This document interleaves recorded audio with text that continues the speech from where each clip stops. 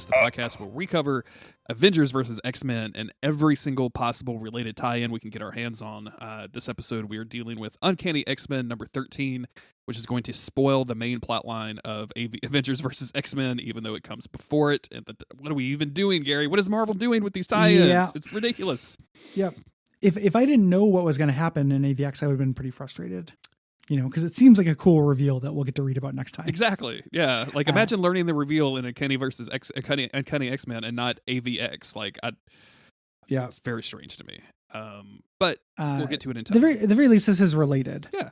Like, this isn't having the this is just a side story about what happens at Kree school. Mm-hmm. Bullshit. The cover of this doesn't happen. It's a gigantic Phoenix Talon stabbing Cyclops. Very good. Looks great. Here. And we're definitely starting right in the middle of stuff that we haven't read yet. Not just the big reveal, but other things as well. We get the Avengers and X-Men about to face off on the moon, which we'll read about soon, hopefully. Yeah. And then we cut over to the people who were assembled after all the fights on Earth. Yeah. Which we also haven't seen. Stumbling back home, basically. We start off with Magneto and Psylocke. Psylocke broke her arm, and he's kind of made a rudimentary splint for it. They're kind of going back into the Utopia base when they run across Storm, who is taking care of a Dr. Nemesis, who has been hit with chemicals from Black Widow, I think. Yeah.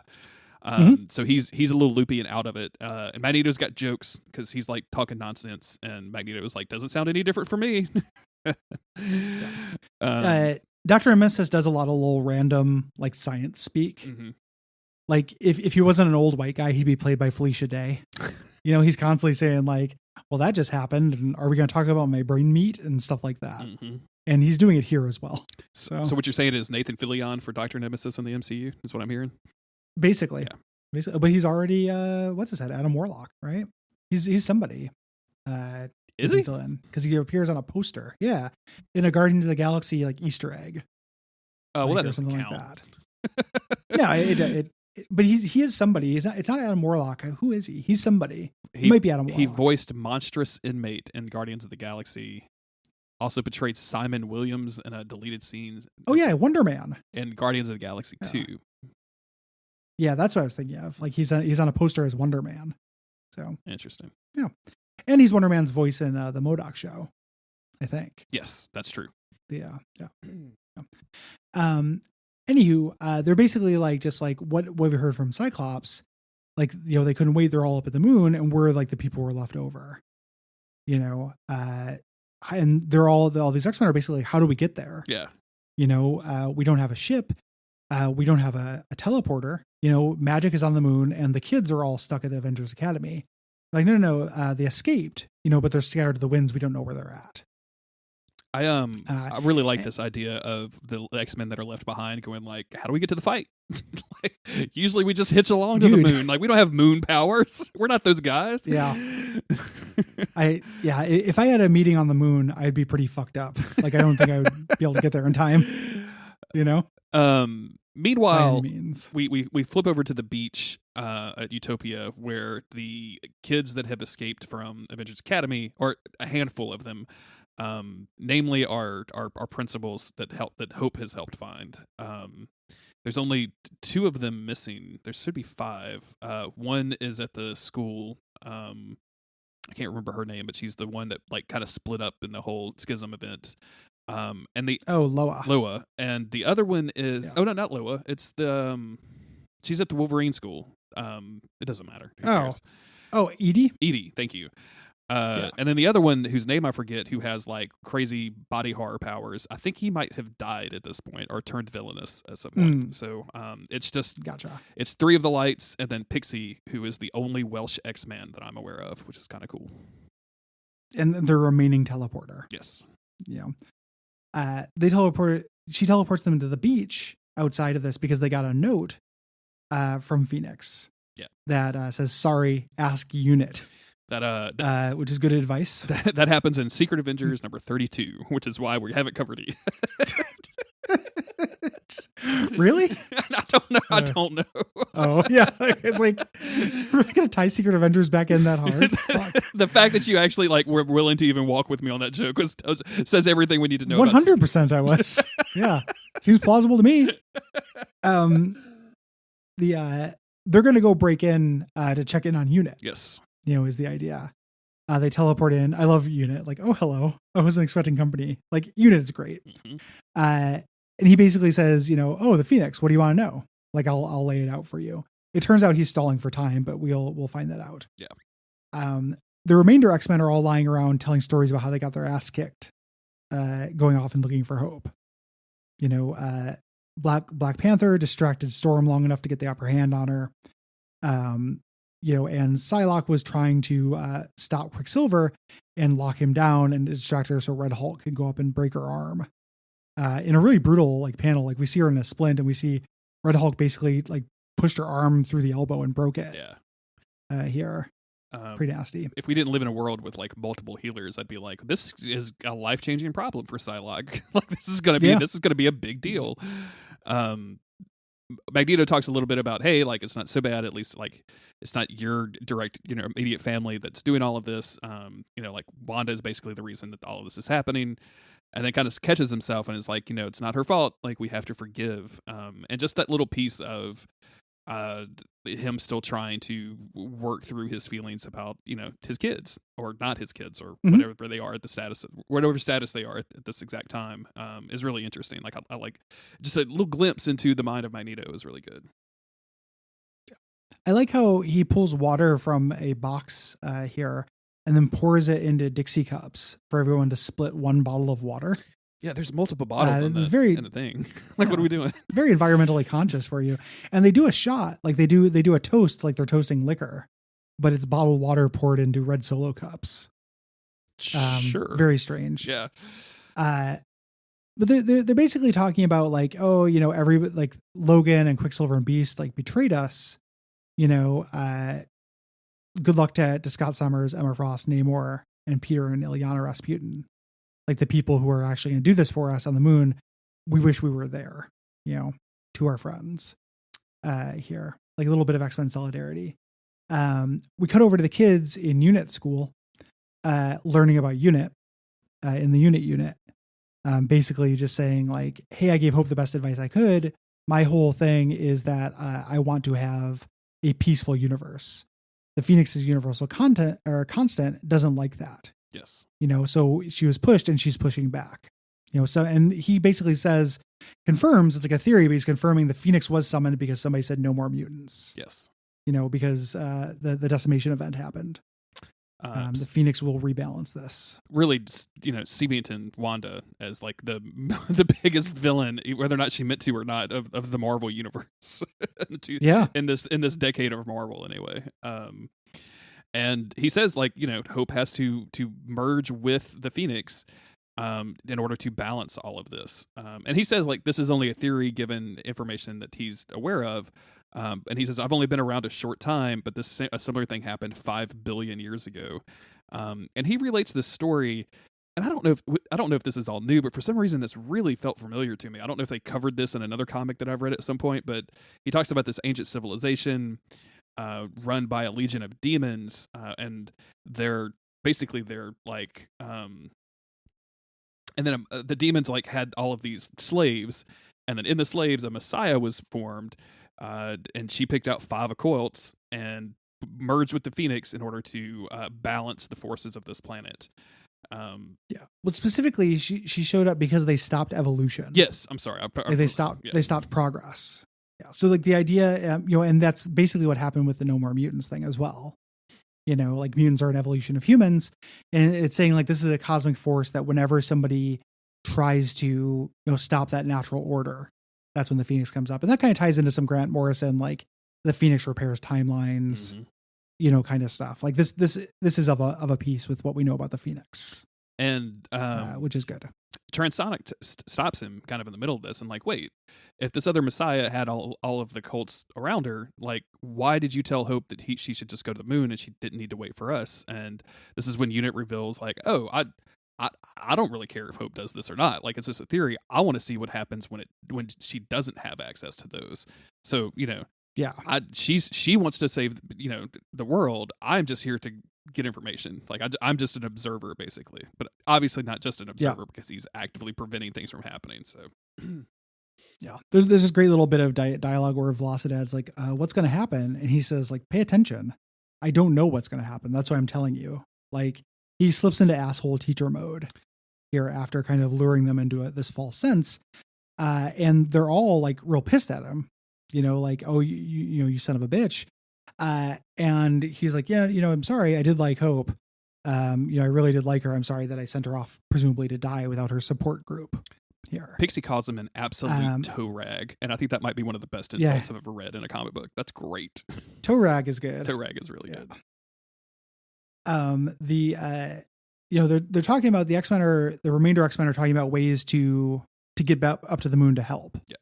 Yeah. They're like, oh, what if we got a spaceship? Like, somebody has to have a spaceship. There's an alien at Logan School. What about Danger? She's a technomorpher. She could probably turn into a spaceship.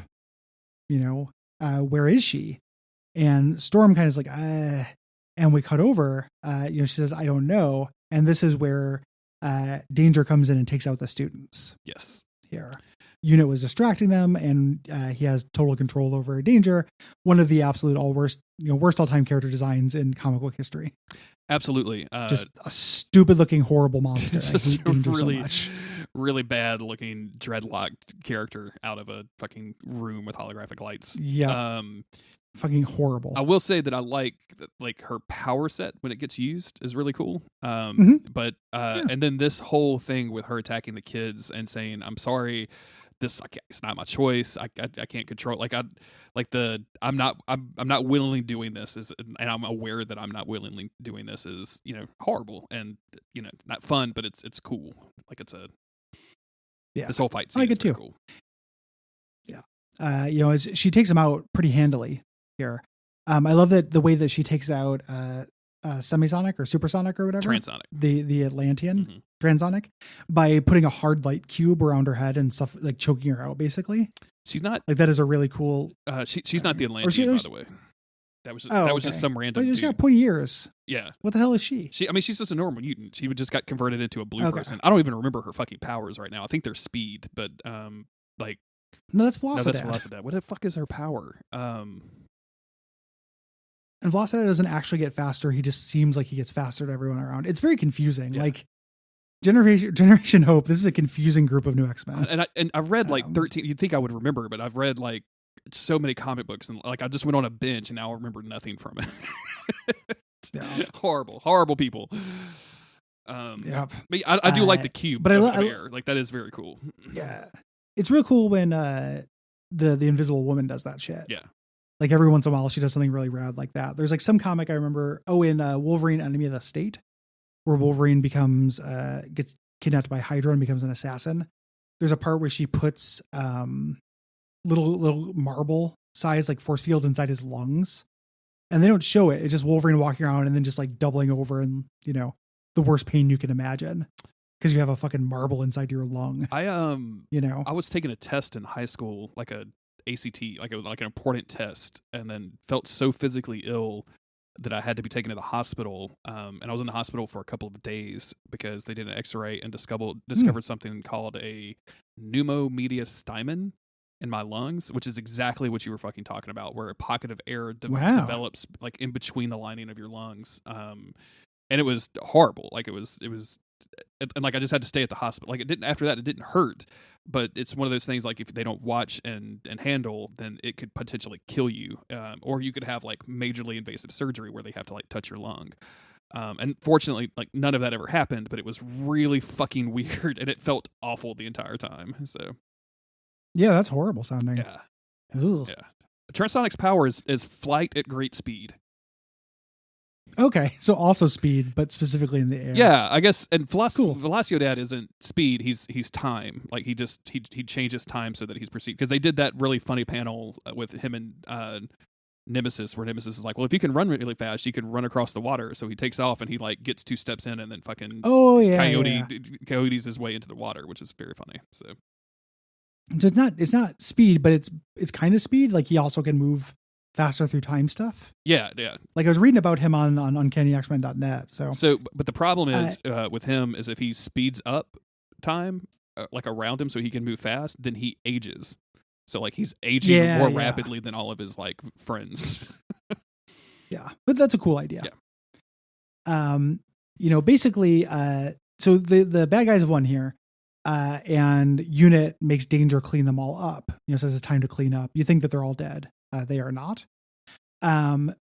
We go to the extra X-Men. They're trying to head up, and everybody who's psychic has a little mind fuck because the Phoenix shows up. Yeah. So Rachel's screaming, Psylocke is screaming. We get a panel that I don't know what this robot is because we haven't read the comic yet. It's like the Phoenix Buster armor or something. It's got to be the Phoenix Buster. Like he's got to, he has to have, like Tony has to have gotten everything from the Secret Avengers about all of their things and like created Phoenix Buster armor, right? Like Phoenix Cage armor or something. But we don't know that yet because comic books are bad at chronologically telling stories sometimes. Chronological. And they say like whatever was going to happen happened. Yes. Like it's too late for the big event on the moon. The kids are on the beach, and Unit's like, yeah, I wouldn't have killed them. We wiped their memory. They're just going to wake up and think that they, got injured when they were escaping. Mm-hmm. I have no interest in killing them because Unit's not purely a villain.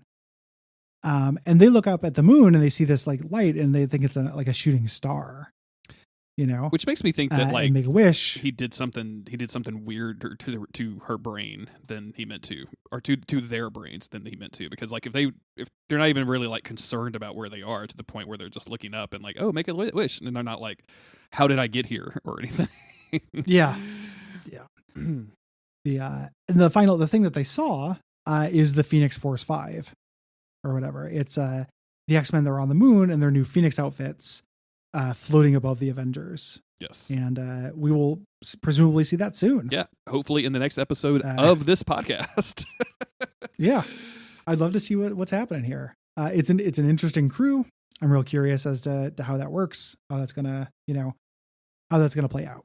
So, and like I've really because in the order of Comic Book Herald and like in the order on the app, it specifically says that this issue is before Avengers versus X-Men 5. Like I wonder if someone at Marvel was like, oh, they're gonna read Avengers Academy, or excuse me, Uncanny X-Men, and then like it's gonna be a cliffhanger until Avengers versus X-Men come out. Like it's gonna be, and I'm like, it can't be that way, right? Like it had to be just a publishing thing, like a timing thing. It's weird because the beginning of this one talks about it. It happens during.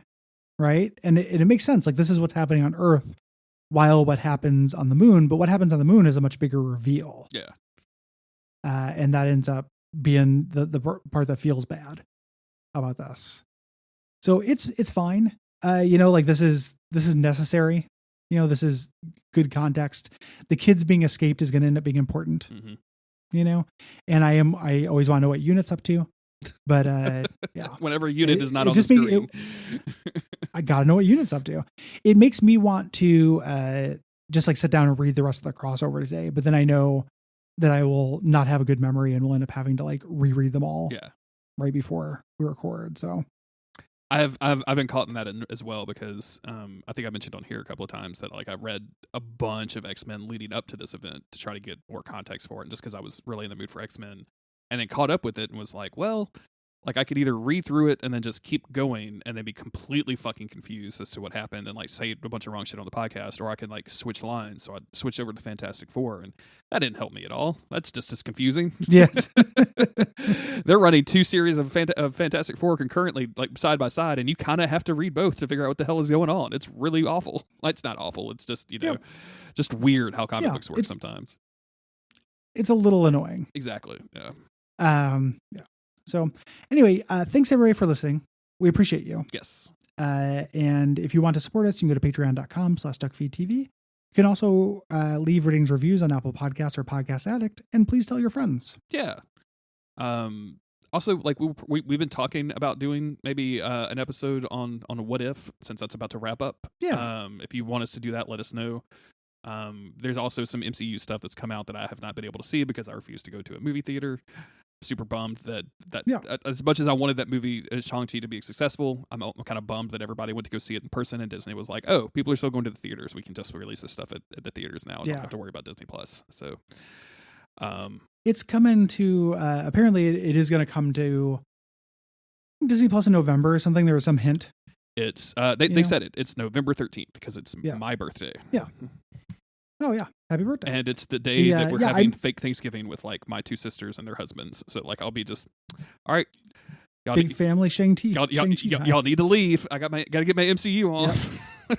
Yeah. I've heard really good things about that movie. I would like to watch it. Yeah. So, I'm waiting for it to come to home as well. But yeah, we'll basically. I think it's probably likely that we'll chill out and do some MCU stuff for a little bit. Yeah. As we move, like it's probably almost as soon as the comics get back to dealing with Iron Fist, we're like, okay, I need a break. Yeah. Think of that fucking scrying pool one more time. I'm done. Any Iron Fist issue, we'll talk about what happens for 5 minutes and then talk about one of the What If episodes instead.